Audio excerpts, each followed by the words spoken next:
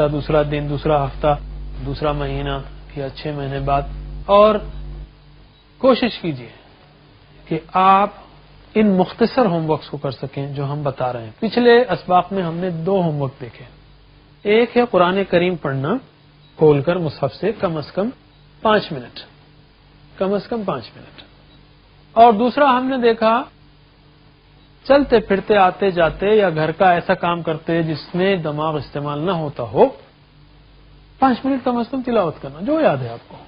خاص کر ہم کہیں گے یہ صورتوں کو جو آپ سیکھ رہے ہیں یا یہ دعائیں جو سیکھ رہے ہیں اس کی پریکٹس کیجیے. آپ اشہد ان لا الہ الا اللہ واشہد ان محمد، ایک لفظ کو انالائز کرتے رہیے.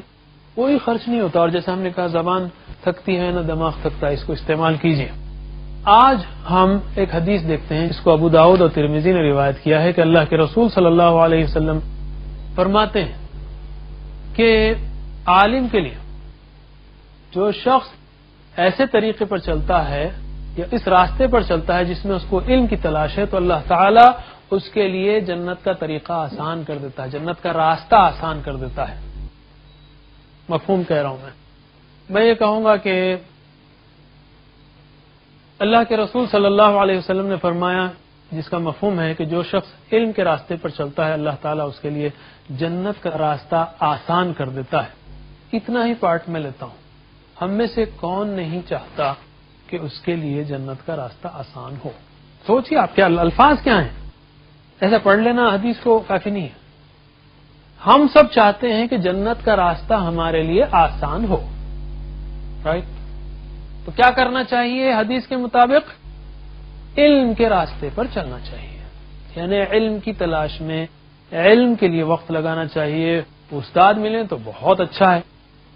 جہاں تک علم کی بات ہے، سب سے بنیادی علم کہاں پر ہے؟ قرآن میں. یہ عجیب بات ہے، یہ عجیب افسوس کی بات ہے کہ اسلام کی سب سے اہم کتاب ہونے کے باوجود یا اسلامک اسٹڈیز کی سب سے اہم کتاب ہونے کے باوجود ہمارا حال یہ ہے کہ ہمارے پاس آپ کو ڈاکٹرز ملیں گے، انجینئرز ملیں گے، مینیجرز ملیں گے، بزنس مین ملیں گے، ایک سے ایک تعلیم یافتہ بھی ملیں گے، لیکن قرآن ان کو ایک صفحہ بھی سمجھ میں نہیں آتا. کتنی محرومی کی بات ہے اور کتنا بڑا مسئلہ ہے یہ.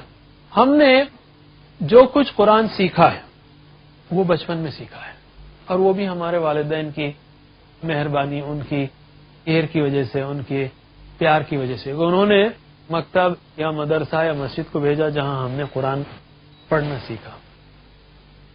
ویسے میں ایک انگریز سے بات کر رہا تھا جس نے اس کا ہماری کتاب کا جرمن ترجمہ کرنے کی کوشش کی ہے. وہ کہہ رہا تھا کہ آپ کی کتاب کا ٹائٹل صحیح نہیں ہے، انڈرسٹینڈ قرآن دا ایزی وے. کیوں؟ اس کو ہونا چاہیے ہاؤ ٹو ریڈ قرآن. میں نے کہا بھائی مسئلہ یہ ہے کہ ہماری قوم میں قرآن پڑھنے کا مفہوم ہی الگ ہے.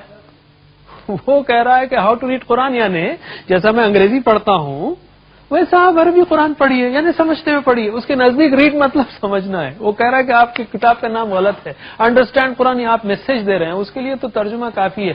آپ عربی سکھا رہے ہیں، یعنی عربی پڑھنا سکھا رہے ہیں. A for apple, B for boy, اسی طرح تو سیکھتے ہیں نا آپ انگلش. یہ ہمارا عربی کا قاعدہ بڑا نرالا قاعدہ ہے. اللہ تعالیٰ جزائے خیر دے. میں کوئی منفی بات نہیں کہہ رہا ہوں. اللہ تعالیٰ جزائے خیر دے ان کو جنہوں نے عربی قاعدہ بنایا ہے، اور اس کی نتیجے میں ہم سب کروڑوں لوگ قرآن پڑھتے ہیں. لیکن یہ کتنی عجیب بات ہے، سوچنے کی بات ہے. میں آپ کو دعوت دیتا ہوں، آپ خود سوچئے. انگلش کا قاعدہ کیسے شروع ہوتا ہے؟ A for apple, B for boy, C for cat. یا ہندی کا یا اردو کا الف سے اللہ، بے سے بلہ، تے سے تالا ہم نے سیکھا تھا. لیکن عربی کا قاعدہ وہ ہم کو صرف آوازیں نکالنا سکھاتا ہے. اوبو توسو ایوی تیسی او بوتا سو ان بن تن سن. آخر کیا مصیبت آ جاتی ہے ہم پر اگر ہم عربی کا قاعدہ بھی ویسا ہی سکھائیں، جبکہ وہ ہماری سب سے اہم کتاب ہے. مسئلہ کیا ہوتا ہے معلوم ہے آپ کو؟ یہ جو پہلی اینٹ ٹیڑھی ہے نا، وہ فارسی کا مقولہ ہے، تو پھر عمارت پوری ٹیڑھی بنتی ہے. ہمارے بچپن سے ہمارے لوگوں کو جو پڑھے لکھے ہیں، جب قاعدہ پڑھایا جاتا ہے، وہ جب انگریزی پڑھتا ہے تو وہ سمجھ کے پڑھتا ہے، یعنی اس کے نزدیک انگریزی یعنی سمجھنے کی چیز ہے. ہندی پڑھتا ہے یا کوئی اور زبان پڑھتا ہے تو سمجھ کے پڑھتا ہے، یعنی اس کے نزدیک وہ زبان سمجھ کے پڑھنے کی چیز ہے. عربی کا قاعدہ پڑھتا ہے تو بغیر سمجھے پڑھتا ہے، تو جبھی سے اس کا ذہن بند ہو جاتا ہے۔ اب وہ بڑا بھی ہو گیا، ڈاکٹر بھی ہو گیا، انجینئر بھی ہو گیا، مینیجر بھی ہو گیا، بڑی پوزیشن، اس کو فکر بھی نہیں ہوتی کہ قرآن سمجھ کے پڑھنا چاہیے، اور کہتا بھی مجھے قرآن پڑھنے آتا ہے۔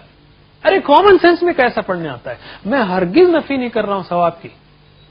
عالم نے کہا تھا دے ریڈ ٹو لرن، ویسٹرنز یہ ساری دنیا جو بھی چیز پڑھتی ہے وہ پڑھتے ہیں سیکھنے کے لیے، and we learn to read and stop there. ہم پڑھنا سیکھتے ہیں، رک جاتے ہیں، سمجھنے کی کوشش نہیں کرتے۔ یہ عجیب بات ہے، اس کتاب کے ساتھ سوتیلا پن ہے جو کتاب ہماری سب سے اہم کتاب ہے۔ یہ کیسی محبت ہے، یہ کیسا تعلق ہے، یہ کیا نظام تعلیم ہے، یہ کیسا نظام تعلیم؟ سوچیے آپ، کیسا شیطان نے پلاننگ کی ہے کہ آج ہمارے کروڑوں لوگ قرآن نہیں سمجھتے ہیں، اور جب قرآن نہیں سمجھتے تو بدعات اور شرک اور جہالت ساری کرپٹنگ کر جاتی، ساری آ جاتی ہے، کیونکہ اصل مسئلہ نہیں، اور کئی گمراہ کرنے والے گمراہ کرتے رہتے ہیں ان کو، کیونکہ قرآن سمجھ میں نہیں آتا۔ جب ہم نے ابھی جیسے کہا کہ اللہ کے رسول صلی اللہ علیہ وسلم نے فرمایا کہ جو شخص علم کے راستے پر چلتا ہے اللہ تعالیٰ اس کے لیے جنت کا راستہ آسان کرتا ہے، تو ہم کہیں گے اس کی